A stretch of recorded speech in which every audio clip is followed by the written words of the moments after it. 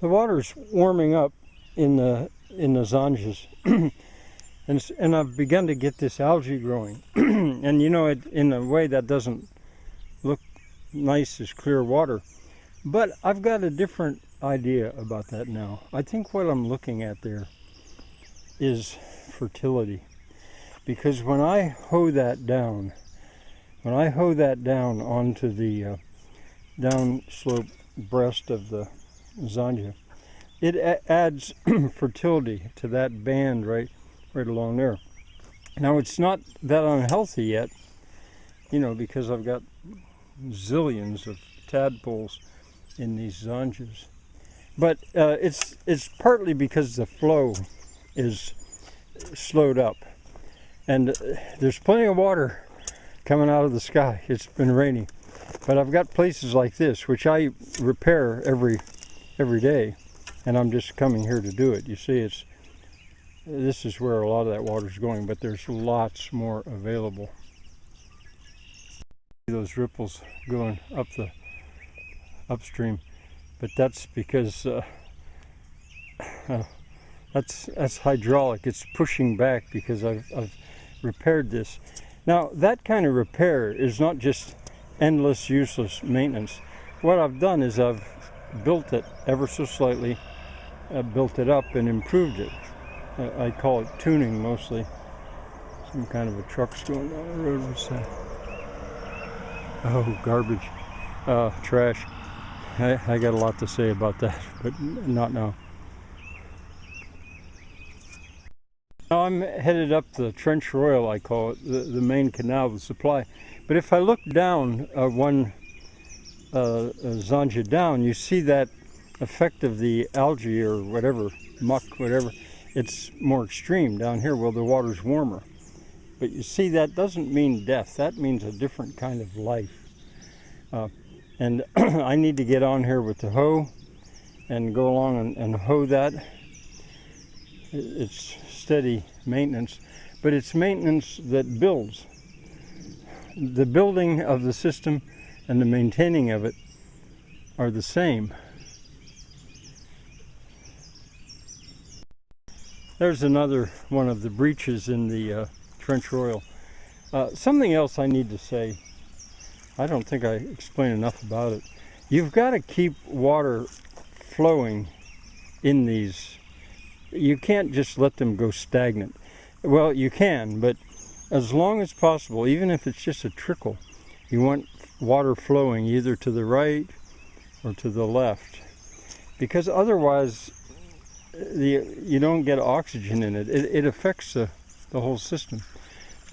Here, I'll repair that in a moment. But there you can get some idea of how much water I'm just letting go by. It's been such a wet spring. I'll repair that, because you see that ended up draining that ditch beyond it. So I'll repair that, I think, right now. There are a few glebes, sods, cut here, placed there, repaired it. Now I'll repair it a little bit more, because after it breaches like that, I like to make them so they don't leak at all, and let that dry up a little bit. Let it breach someplace else. But now, do you see how the water is going down there? And it's going to meet that other water, which is coming down because it's infiltrated. It's working its way down through the soil because of the Trench Royal. So I've been letting this go because it's plenty wet, and as long as I've got water in the Trench Royal, I can irrigate this or drain this lower part as I wish. But I don't like to see them go dry, the zanjas. Here's a place I'm going along. I do this every morning. I tune stuff up. This is where pigs were wallowing, and I'll just take that out to drain it. But you see that a raccoon has been by here in the night. What are they? They must be frogs' eggs, but it's a different kind from what I've seen. Don't worry about all this blue oil. I've talked about that before. That's coming from the iron ore and the iron that's in this ground. After After a few years of my irrigating like this, that'll clear up.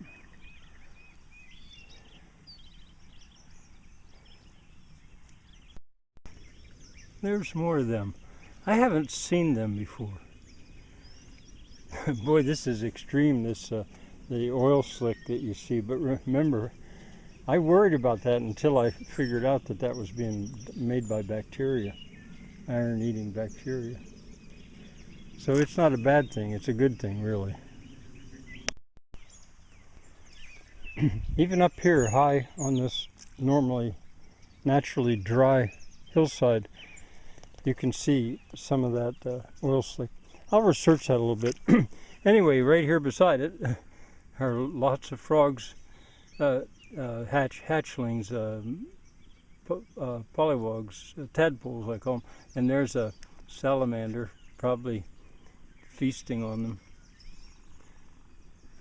Now the water isn't as pretty looking right now because I've got it blocked off at the end. This is probably gets pretty warm, and now as soon as I'm sure I can control the drain part down there, and that's going to be soon, I'm going to open up a small hatch here in the end to keep the water flowing through here. I could just press my foot in it right now and do that, but I'm still working on trying to get control of that place where I think there might have once been a well. There's my water supply from the trench royal as of this morning. After repairs, it'll increase a little bit. Going on its way to the wheel pit, and there's that water wheel just waiting, just begging to be put into motion, and that would be plenty to turn that. I'll get to it one of these days.